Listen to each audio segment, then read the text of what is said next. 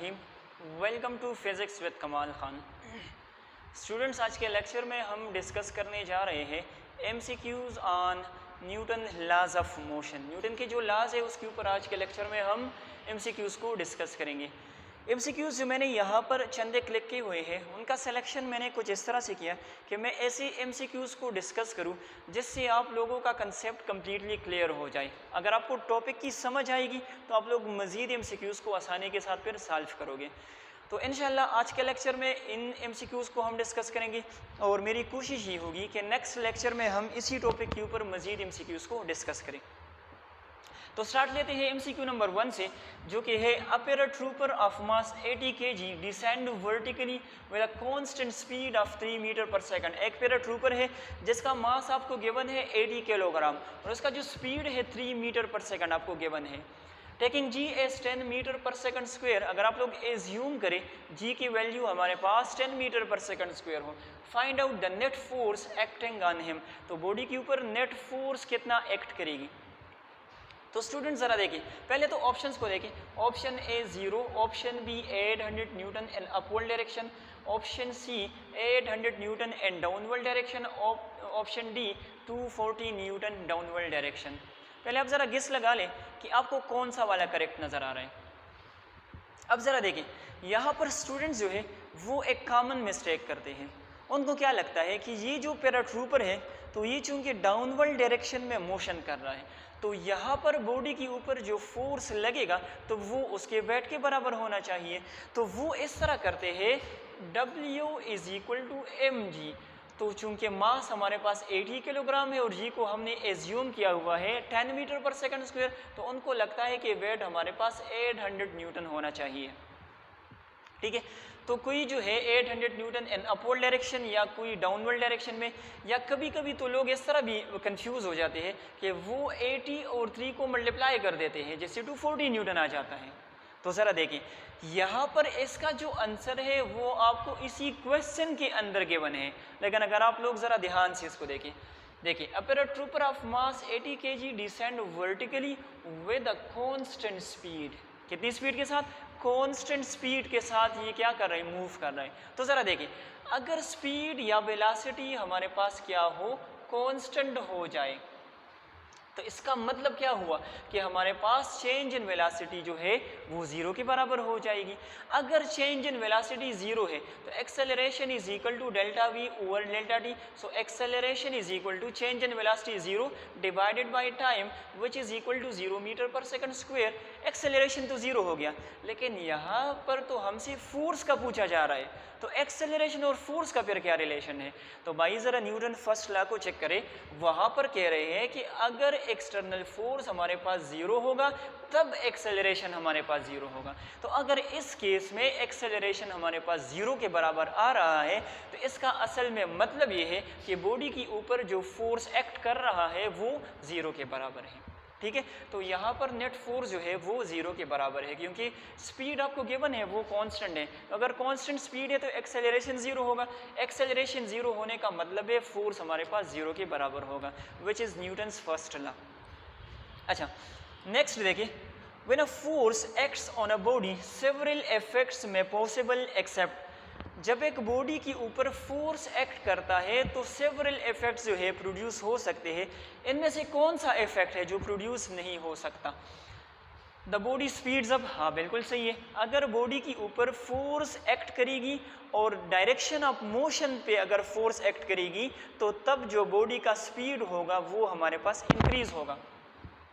The body rotates, बिल्कुल rotate हो सकती है। अगर आप लोग अर्थ को कंसिडर करें तो वो जो रोटेशनल मोशन कर रहा है तो सन उसके ऊपर जो है फोर्स लगा रहा है, और याद रखिए वो सेंट्रीपिटल फोर्स है। मीन डायरेक्शन ऑफ मोशन और डायरेक्शन ऑफ फोर्स के दरमियान में 90 का एंगल है। इसी तरह से the body change its direction, direction भी चेंज हो सकता है। लास्ट ऑप्शन है mass of the body decreases, तो ये वाला फिर पॉसिबल नहीं है। फोर्स की वजह से अगर हम किसी बॉडी के ऊपर फोर्स लगाएंगे, इसी के ऊपर मैंने एक और एमसीक्यू भी लिखा हुआ है फिर आपको मजीद क्लियर हो जाएगा। अगर हम इस बोर्ड के ऊपर फोर्स लगा ले तो क्या इसका मास डिक्रीज होगा या फिर इसका मास इंक्रीज होगा? तो फोर्स का तो कोई लेना देना ही नहीं है मास के साथ। ठीक हो गया, तो लास्ट जो ऑप्शन है mass of the body decreases.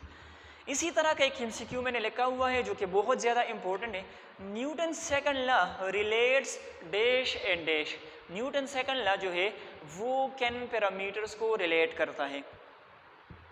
Force and mass, acceleration and mass, acceleration and force, and last जो ऑप्शन है ऑल ऑफ देम।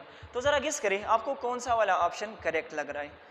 तो ज़्यादातर स्टूडेंट्स को ये वाला ऑप्शन जो है वो करेक्ट लगता है। उसकी वजह ये होती है कि उनको लगता है जो न्यूटन सेकंड लॉ है that is F is equal to M A और A is equal to F divided by M। तो यहाँ इक्वेशन के अंदर मास भी है, एक्सेलरेशन भी है, फोर्स भी है, तो उनको लगता है कि ये सारे पैरामीटर्स इसके अंदर मौजूद है, लिहाजा ऑल ऑफ देम। लेकिन ज़रा ध्यान से देखें, पहले मैं आपको एक एग्जांपल से समझाता हूँ, फिर आपको आसानी के साथ ये क्लियर हो जाएगा। लेट्स सपोज यहाँ पर जो वाइट बोर्ड लगा हुआ है, ठीक है, इसके ऊपर मैंने कोई फोर्स नहीं लगाया हुआ है, इसके ऊपर मैंने कोई फोर्स नहीं लगाया हुआ है, तो इसके ऊपर जो फोर्स है वो ज़ीरो के बराबर है। इसके अंदर जो एक्सेलरेशन है जाहिर सी बात है वो भी ज़ीरो के बराबर होगा, ठीक है। अगर मुझे इसका मास निकालना हो तो हम किस तरह से मालूम करेंगे? वो F is equal to M A और M is equal to F divided by a, ठीक हो गया। फोर्स भी ज़ीरो के बराबर है, एक्सेलरेशन भी ज़ीरो के बराबर है, तो क्या ये मास ज़ीरो के बराबर होना चाहिए? बिल्कुल नहीं, बोर्ड का मास तो ज़ीरो के बराबर नहीं है। इसका मतलब ये है कि यहाँ पर ये जो मास हम इस इक्वेशन से निकाल रहे हैं तो यहाँ पर कोई मसला ज़रूर होगा। वो मसला ये है, अगर मैं आप लोगों को आसान अल्फाज में समझा दूँ तो वो मसला ये है, ये जो मास है असल में ये क्या है? It is independent of force and acceleration, जो कि मैंने यहाँ पर भी आपको समझाई इससे पहले वाले एमसीक्यूज में। ये जो बॉडी का मास होता है ना, ये फोर्स और एक्सेलरेशन से इंडिपेंडेंट होता है। इस तरह नहीं होगा कि अगर मैं इसके ऊपर फोर्स लगाऊंगा तो इसका मास बढ़ेगा, अगर मैं यहाँ पर फोर्स नहीं लगाऊंगा तो इसका मास ज़ीरो बन जाएगा, इस तरह बिल्कुल नहीं है, ठीक है। तो ये जो मास है ये असल में फोर्स और एक्सेलरेशन से क्या है? इंडिपेंडेंट है, ठीक हो गया। तो ये सिर्फ और सिर्फ रिलेट करता है फोर्स और एक्सेलरेशन को, ये रिलेट करता है, ठीक हो गया। अच्छा, बढ़ते हैं नेक्स्ट एमसीक्यू की तरफ, जो कि है a mass accelerate uniformly when the net force acting on it is dash. एक मास है जो कि यूनिफॉर्मली एक्सेलरेट हो रहा है, ठीक है, when the net force acting on it is dash, तो ज़ीरो हो गया। सेकंड जो है इंक्रीज यूनिफॉर्मली, सी जो है कांस्टेंट बट नॉट ज़ीरो, और ऑप्शन लास्ट जो है that is both A and B, बल्कि मैंने ये लिखना था बोथ बी एंड सी, आप लोग यहाँ पर लेके बोथ बी एंड सी आप लोग इसको लेके, तो आपको ज़्यादा बेटर इसकी समझ आएगी। अच्छा देखिए, एक मास है जो कि यूनिफॉर्मली एक्सेलरेट हो रहा है, तो बॉडी के ऊपर कितना फोर्स एक्ट करेगा? तो कुछ स्टूडेंट्स को ये लगता है कि यहाँ पर तो यूनिफॉर्म का टर्म आया है, तो हो सकता है ये हमारे पास ज़ीरो हो, या आपके जहन में आ सकता है इंक्रीज यूनिफॉर्मली हो। लेकिन ज़रा देखें, अगर एक्सेलरेशन हमारे पास कांस्टेंट हो, ज़रा देखें, अगर, अच्छा मैं आपको डिटेल से समझाता हूँ, अगर एक्सेलरेशन हमारे पास ज़ीरो हो तो फोर्स ज़ीरो होगा, अगर एक्सेलरेशन हमारे पास कांस्टेंट है तो फोर्स कांस्टेंट होगा, अगर एक्सेलरेशन हमारे पास वेरिएबल है तो फोर्स वेरिएबल होगा। तो आपको आंसर की समझ आई होगी। यहाँ पर एक्सेलरेशन जो है वो क्या है? यूनिफॉर्म है, तो फोर्स को क्या होना चाहिए? फोर्स भी हमारे पास कांस्टेंट या यूनिफॉर्म होना चाहिए, कांस्टेंट बट नॉट ज़ीरो। अगर ज़ीरो हो गया तो फिर तो एक्सेलरेशन ज़ीरो के बराबर हो जाएगा, तो ये नॉन ज़ीरो होगा लेकिन कांस्टेंट होगा। इंक्रीज यूनिफॉर्मली तो इसलिए नहीं हो सकता कि अगर फोर्स में इंक्रीज आएगा तो उसकी वजह से एक्सेलरेशन में भी इंक्रीज आएगा, तब तो वो फिर हमारे पास यूनिफॉर्म या कांस्टेंट नहीं रहेगा। ज़ीरो इसलिए नहीं हो सकता कि अगर फोर्स ज़ीरो हो गया तब तो एक्सेलरेशन भी ज़ीरो के बराबर होगी, ठीक हो गया। तो एक्सेलरेशन जो कि यूनिफॉर्म है इसीलिए फोर्स भी यूनिफॉर्म बट नॉट ज़ीरो होगा। अच्छा, नेक्स्ट एमसीक्यू है, Newton's first law of motion provides first condition of equilibrium, second condition of equilibrium, complete equilibrium, और जो लास्ट ऑप्शन है दैट इज रोटेशनल इक्विलिब्रियम। तो इक्विलिब्रियम के आप लोगों ने दो कंडीशंस पढ़े हैं, फर्स्ट वन जो है sum of all the forces acting on a body must be equal to 0, और सेकंड जो है sum of all the torque acting on a body must be equal to 0। तो यहाँ पर देखिए न्यूटन फर्स्ट लॉ में हमें ये कहा जाता है कि अगर हमारे पास फोर्स 0 के बराबर हो तो उस केस में एक्सेलरेशन भी 0 के बराबर होगा। Sum of all the forces acting on a body must be equal to 0।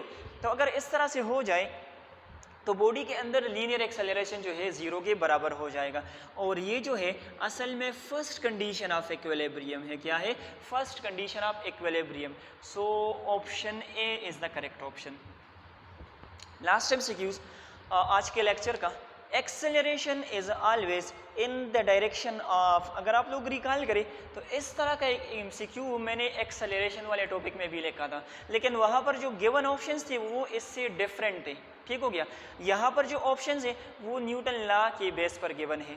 अच्छा, फर्स्ट जो ऑप्शन है डिस्प्लेसमेंट, सेकंड जो ऑप्शन है इनिशियल वेलोसिटी, थर्ड जो ऑप्शन है दैट इज फाइनल वेलोसिटी, और डी जो ऑप्शन है दैट इज नेट फोर्स। तो वहाँ पर भी मैंने आप लोगों को समझाया था कि डिस्प्लेसमेंट भी नहीं हो सकता, वेलोसिटी भी नहीं हो सकता। वहाँ पर जो करेक्ट ऑप्शन आ रहा था that was change in velocity, लेकिन यहाँ पर इस तरह का कोई ऑप्शन गिवन ही नहीं है। तो ज़रा देखें, acceleration is equal to F divided by M, ये वाला स्केलर है, फोर्स वेक्टर है, एक्सेलरेशन वेक्टर है। तो एक्सेलरेशन की डायरेक्शन कौन सी होगी? जो डायरेक्शन फोर्स का होगा वही डायरेक्शन हमारे पास एक्सेलरेशन का भी होगा। तो स्टूडेंट्स आज के लेक्चर में हमने कुछ बेसिक एमसीक्यूज़ को डिस्कस किया। आई होप आप लोगों को टॉपिक की थोड़ी बहुत समझ आ गई होगी। इंशाल्लाह नेक्स्ट लेक्चर में हम कोशिश करेंगे इसी टॉपिक के ऊपर एमसीक्यूज़ को जारी रखेंगे। तब तक के लिए अल्लाह हाफिज़।